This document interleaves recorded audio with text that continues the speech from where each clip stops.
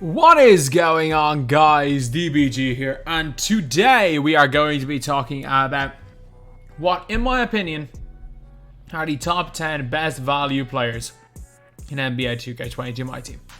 So this is not purely going to be the best players. It's not purely going to be the cheapest players. This is bang for your buck. What you need them to do. In my opinion, these are what I would consider to be the best value players. So I'm not going to take purely just into account monetary value. I'm going to add one more player in if you guys believe that one of my players shouldn't count. But this is my list. These are my top 10/10.5 players.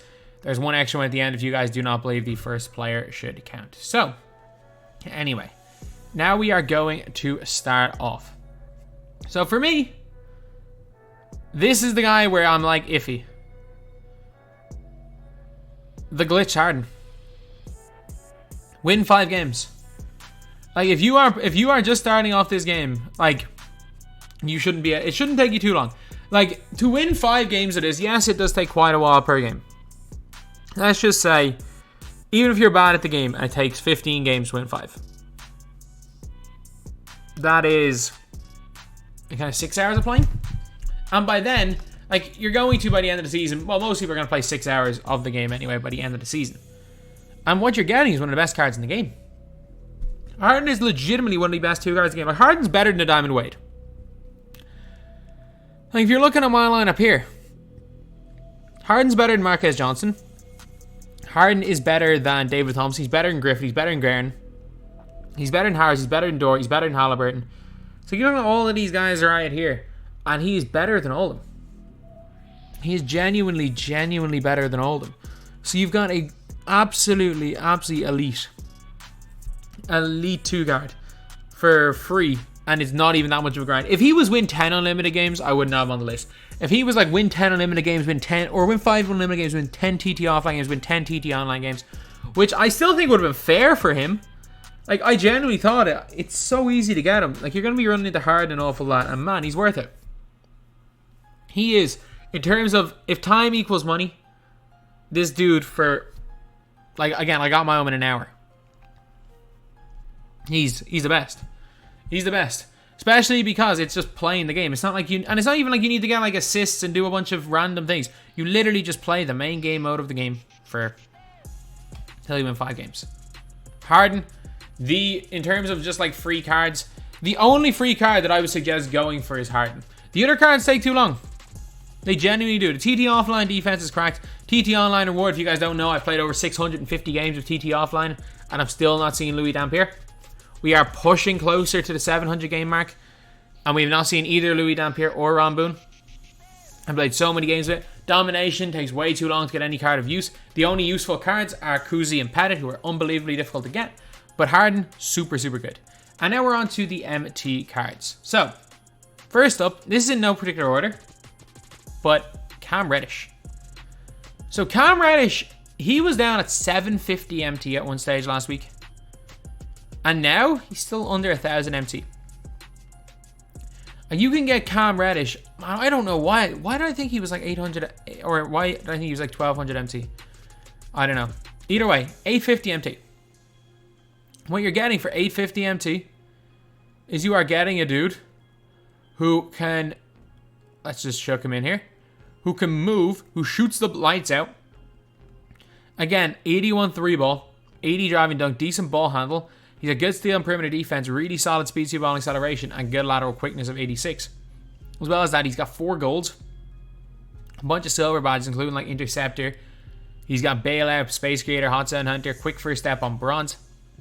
And his release is fantastic. It's fantastic. Like if we're looking at purely like under 1,000 MT cards, he's probably the best at this stage in the game. Definitely, he's like a Jalen Green, I think, are a bit over 1K now. But still, you've got the PG base. And we all know how good Paul George's base is. Even if I am struggling right here. He goes and dunks the ball really well. His defense is good. He's 6'8". So while I wish he could play a 2, you know what? The fact that he can only play a 3 isn't the biggest deal in the world. Especially because the guy is 850 MT. And he's also perfect for limited. Anytime a Sapphire is needed in limited, he is perfect. So, yeah, for me, Cam Reddish is a pretty good player. He is a pretty good player. So he is definitely, he belongs on this list right here. No question about that. Then we have got a player that, we got 2 players, and it all depends on your style. So if you want like a pick and pop big that can still play a little bit and move a little bit, Wendell Carter Jr. is that guy. So for in and around like the 2000 MT mark, what you are getting with Wendell Carter Jr. is you're getting a decent popper who shoots the ball relatively well and is a moderately good defender, and he's not that slow. He's not the greatest in the world, but he's got a decent wingspan, decent 3-ball, decent post game. He's also got an okay but not great block. Speed of 68 is not absolutely awful. Lateral of 50 is not great, but it's still not awful. You're getting a few golds, a few silver badges. You're getting a decent popper. You're getting an alright card for that price, because there's not that many other ones. Like, yeah, obviously you can go and get yourself a Serge Ibaka. But like Serge Ibaka, you need to go through all the Ruby tier. You need to go through all the Sapphire tier and everything. So like, for me, it's just, he's like worse Ibaka, but he's also only 2000 MT instead of going all the way to the Amethyst tier. But he's not as good as Ibaka. And then there's the Giant. So of all the Giants, I think the one that I'm probably having the most success with is Rick Smits. Artis Gilmore is probably better. I will say that Artis Gilmore is probably better, but like, the fact you can get a 7'4" demon in Rick Smits for 4K is nuts. Like, 7'4" gets post spin ignition, drop step, putback boss, rim protector, box, rise up, lob city finisher, and silver intimidator, silver grace under pressure, and a few okay bronze badges. As well as that, good mid-range shooter, can't shoot the 3-ball. And a really solid standing dunk. Again, he's tall. He can pull off the monster mashing game. 83 block. Yeah, his speed is slow and his lateral is really slow. But still, if you just want a giant player to be giant, I mean, Rick Smits, I think outside of maybe Artis Gilmore, he offers a lot. He does offer quite a lot. So, and he's cheaper than him, so I'm going to put him on this list. Then we are going to the cheap defensive end, and we're going Lu Dort. Like, Lu Dort carried me through limited. I literally just put Lu Dort and the other team's ball handler, and they couldn't move. Like, you're out here paying 2000 MT for ML Carr Jr. For mini ML Carr. That's basically it. You're getting mini ML Carr, but a better shooter. Like, I used Lu Dort all last weekend in limited, and he was quality. I used Lu Dort in my draft team before I had to unfortunately forfeit that. I will show that in our video, and Lu Dort was quality. You literally just put Lu Dort on ball and good things will happen. Catch and shoot, corner specialist, fearless finisher, glue hands, pickpocket, pick dodger, clamps, intimidator, posterizer. All of these badges on gold. He's got hustler on gold. A bunch of good silver badges as well. And again, decent release, can shoot the ball really well, especially from the corners. He's got an alright dunk. He's not going to handle the ball, but he's a superb on-ball defender with 92 lateral. And he's quality. He is absolutely quality. For 2000 MT, you're not going to find a better defender for that price. As well as that, he kind of does some other stuff he does some other stuff well as well. So, after Lu Dort, we have got this guy right here. One of the new cards that came out today or yesterday. We have got Jay Crowder. So for me, Jay Crowder he's quality. I think I overpaid for Jay Crowder. I think I paid like 4K for him. I don't think he's worth 4K. Yeah, like I really overpaid for Jay Crowder, which was a bit of a dumb move by me. Like, I just did it for the sake of a video. I lost the guts of 1000 MT on that. But like at 4K, I think he's maybe a little bit overpriced. But like at this price here for the small forward position, would I rather run a worthy a power forward than Crowder? Yes. I wouldn't run him at his primary. Like, he's about 3K, but he is a primary power forward. Don't run him at power forward. Play him at small forward. But what you're getting is, again, you're getting a really, really good shooter who's a really good on-ball defender and can move quite well. His release is really good. He's got an 85 3-ball, 80 driving dunk, moderately good ball handling, He's also got great steal and perimeter defense, decent interior. His block is pretty low though. He's got great or solid speed to ball acceleration and great lateral quickness. He's an all-around just solid player. For 3,000 MT, for a 3-and-D guy at the small forward position, you're really not going to find too many better players at that price. There are some good players. And if you want to run him a power forward, I would probably still go with James Worthy. I'd still just try to learn James Worthy's release.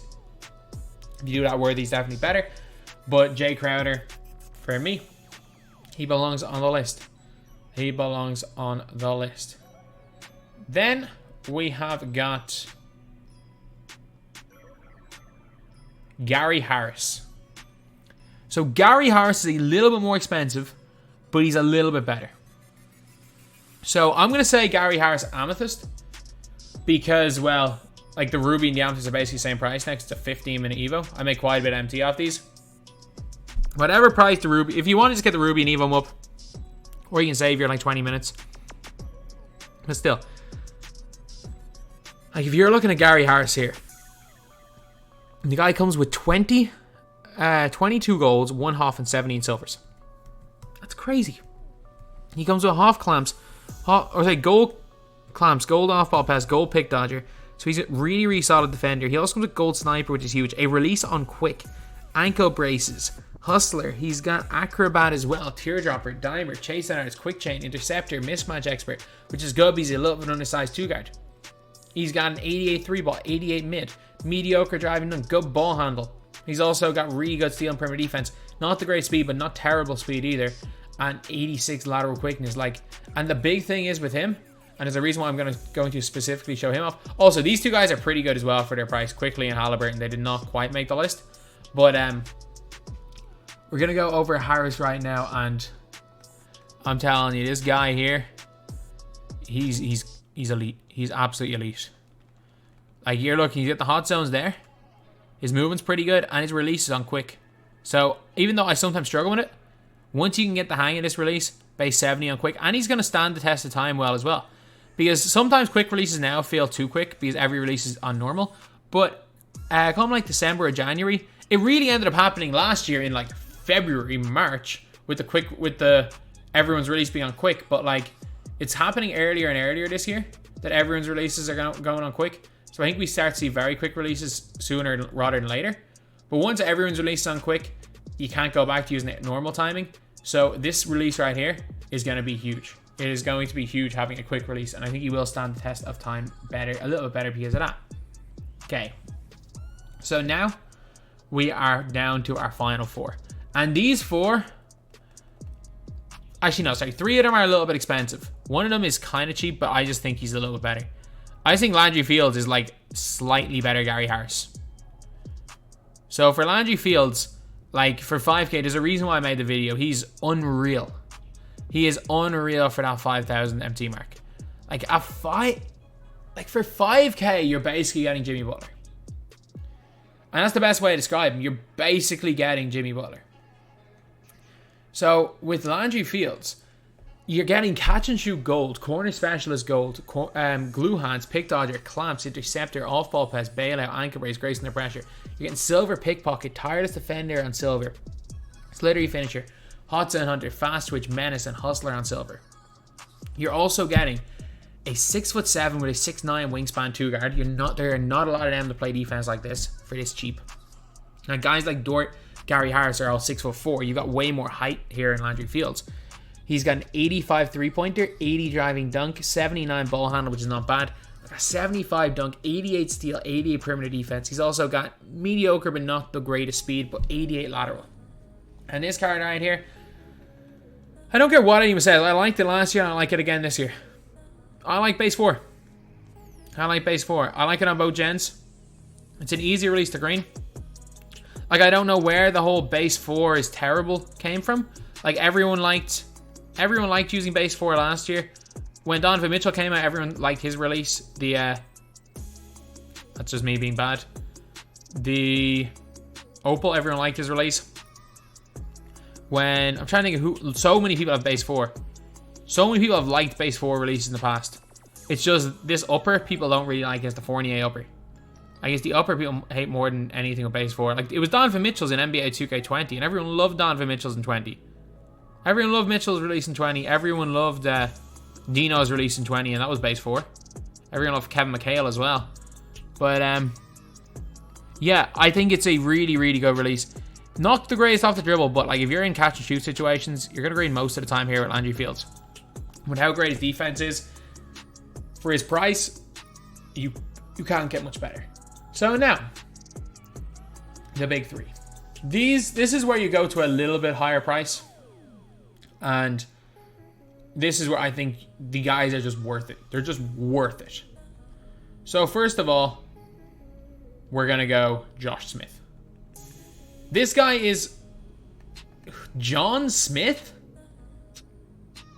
Is that a real person? It could easily be. It is the most generic name in history. There is a John Smith. I need to see what this guy is. John Smith, NBA. It says, I typed it into Google and it says, do you mean Josh Smith? John Smith. No, there was a John. There have been multiple John Smiths in the NBA. Learn something new every day. But Josh Smith is insanely good. Like, you're paying 30-ish K for him. And it is the best 30K you will spend. Dude is essentially Anthony Davis. He is like for me, he's an equivalent of AD. I'm not going to say he's better at some things, he's worse at other things. But for 35K, you are getting one of the best power forward / centers in the game. You're getting one of the best cards, period, in the game. Josh Smith is insanely good. Like, you're getting half pogo stick, a bunch of good gold badges. The only problem with him is his shooting's not the greatest. He gets all the defensive badges on silver. His stats are ridiculous. The only problem is, again, no haunt zones outside the 3-point line, no shooting badges, and a 74 rated 3 ball. But if you can green with Josh Smith, which I can kind of consistently with Brook Lopez base, he's insane. He does everything else well. There's a reason why you're going to see this guy being ran in almost every single competitive squad. You're going to be seeing this guy in 250K be on most of the qualifier squads. You're going to see most of the 250K qualifiers running this guy here. 84 speed, 75 speed with ball, 84 acceleration. Like, that's unreal for a big man. 86 lateral. Dude's a better rebounder, better shot blocker than Anthony Davis. He's better with the ball. He's faster. He's just a worse shooter with some slightly worse badges. I'm not going to say he's better than AD, but I'm going to say they're the equivalent of each other. One of them is 350K. The other one is 30K. Josh Smith, unreal. And then we've got what would be the best point guard in the game if he was a point guard. Donovan Mitchell. Donovan Mitchell's insane. Like, I bought my Donovan Mitchell for 25K, expecting him to spike up. Like, I thought Donovan Mitchell was going to be 35, 40K. And I genuinely think that he may be worth that. Like, I think if you're getting Donovan Mitchell for under 25K, you are getting a steal of all steals. Donovan Mitchell, he's 6'1", yes, but he's got a 6'10" wingspan, so it basically means he's equivalent to being 6'3". He gets half fast twitch, which is good. He's got some insane defensive badges. He's got quick first step gold, sniper gold. His handle's insane. He's got quick dribble style. He gets all the good defensive badges as well. He's also got 15 decent bronze badges, like Lucky 7. He's got an 83 3 ball, a 90 driving dunk, 88 ball handle, 80 block, which is crazy. He blocks so many shots because of the way small guys get chased downs. Has an 88 steal, 88 perimeter defense, insane speed, super ball acceleration, and 90 lateral quickness. Donovan Mitchell is so good in this game. Is he better than Harden? That's a debate. That is a debate. Trust me, it is a debate whether or not he's better than Harden. But is he better than like a Gary Harris, all the other guys that are anywhere close to his price? And in my opinion, is he better than Dwayne Wade? Yes. He is better than most of the 100K 2 guys in this game. Is he better? Like, you can argue him. He's a different type of player. But in a lot of situations, especially if you've got someone like a Walton point guard, or you've got a taller kind of defensive-minded point guard, you can argue him above like a Kobe. But the only reason why I'm not going to say he is the best 2 guard, like he would be the best point guard in the game if he's a point guard, but he's not a point guard. So you really have to have a taller point guard beside him. But if you are running a Walt Frazier, he's the best 2 guard in the game, in my opinion. And then number 1, the best value card in the game, Scotty. I think Scotty, in my opinion, straight up the best value player in this game. So you're getting Scottie Pippen for like, is it 12K? 10K? And you're basically getting ML Carr, who shoots better. Like, you are paying 10,000 MT for one of the best small forwards in the game. This guy is ridiculous. He is ridiculous. Scottie Pippen, I thought I was going to steal at 11k. Scotty's one of those guys that's going to be used in like 75% again of squads playing in this qualifiers. Because everyone who's good at the game is going to be able to shoot with Scotty. I put post-spin ignition on mine just to stop mismatches. But he gets like putback boss, glue hand. He gets off-ball pest on Hall of Fame. He's got dimer, clamps on goal, defensive leader, interceptor, intimidator, pogo, bailout, needle threader.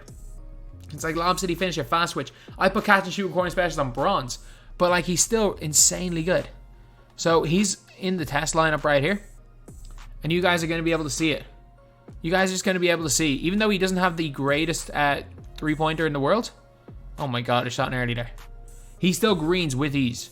If you are good with his release, you are going to green. Like, I greened 4 shots in a row with him when I was testing him out earlier today. When I was just messing around with Scotty. And he's also one of the best defenders. He's as good a defender as ML Carr. And is he much better than ML Carr? No. I think he's slightly better. I really do. I think he's slightly worse on defense, but enough of a better shooter that I do put him as slightly better than ML Carr. But still, the fact that you're getting this guy for 9,000 MT, oh, I just need a green one shot because you're never meant to end on a white. Oh my god, Mick, be better than this. There we go. The fact for 9k MT you're getting one of the best defensive players in the game who also can kind of shoot is nuts. So anyway, yeah, that is pretty much it, lads. That is a video. These are the top 10 best value players in NBA 2K22 MyTEAM, in my opinion. Thank you guys for watching. Please like, comment, and subscribe.